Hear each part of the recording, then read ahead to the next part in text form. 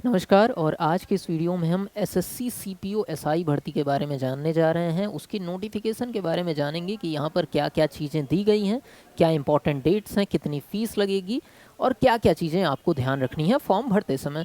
तो चलिए, अगर इस भर्ती की बात करें तो ये भर्ती जो है फॉर्म भरा जाना शुरू होगा 4 मार्च 2024 से। आप इस वैकेंसी के लिए अप्लाई करते हैं, मतलब अगर ये वीडियो आप देख रहे हैं तो अब आप एप्लीकेशन स्टार्ट कर सकते हैं। दूसरी चीज़, आखिरी जो तारीख यहाँ पर दी गई है वो 28 मार्च 2024 11 बजे रात तक आप भर सकते हैं। मतलब जो आपका 28 तारीख है मार्च की, वो आखिरी तारीख होने वाली है इस फॉर्म को भरने के लिए। अगर बात करें कि फ़ीस पेमेंट करने की लास्ट डेट क्या है, तो लास्ट डेट फॉर्म भरने से एक दिन ज़्यादा, मतलब 29 तारीख तक आप इस जो वैकेंसी है इसके फॉर्म की फ़ीस को फिल कर सकते हैं। इसके बाद आगे बढ़ें, फॉर्म में करेक्शन करने की क्या लास्ट डेट है, तो 30 और 31 मार्च को आप इस फॉर्म में करेक्शन कर सकते हैं। मान लीजिए आपके फॉर्म को भरते समय कोई गलती हो गई है तो उस गलती को आप सुधार सकते हैं। इसके बाद एग्ज़ाम की डेट की बात की जाए तो 9 से 13 मई डेट दी गई है इस एग्ज़ाम की।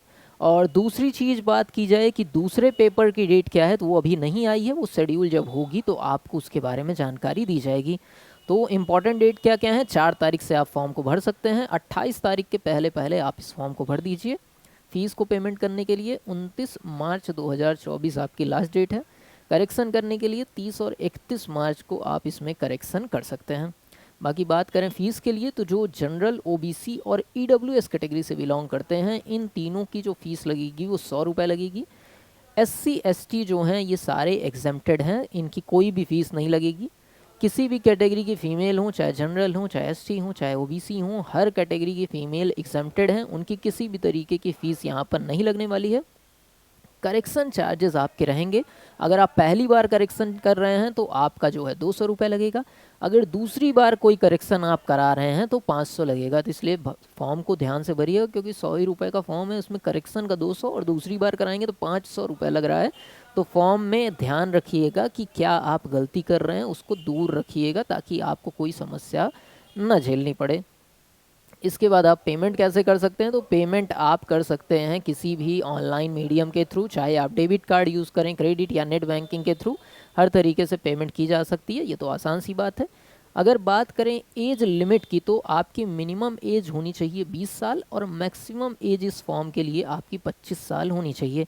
और जो डेट डिसाइड होगी वो 1/8/2024 की तारीख के आधार पर निर्धारित होगी कि इस तारीख को आप 20 साल से ज़्यादा हों और 25 साल से कम हो। तारीख क्या है, 1/8/2024। इस तारीख को आपकी एज 20 से या तो ज़्यादा होनी चाहिए या आपकी 25 से आपकी कम होनी चाहिए।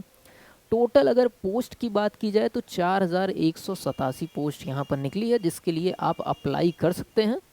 और एलिजिबिलिटी की बात की जाए, टोटल पोस्ट कितनी है, 4187। और एलिजिबिलिटी की अगर बात की जाए तो दिल्ली एसआई जो भर्ती है इसके लिए आप बैचलर डिग्री रहेगी तो आप अप्लाई कर सकते हैं, और आपके पास ड्राइविंग लाइसेंस होना चाहिए।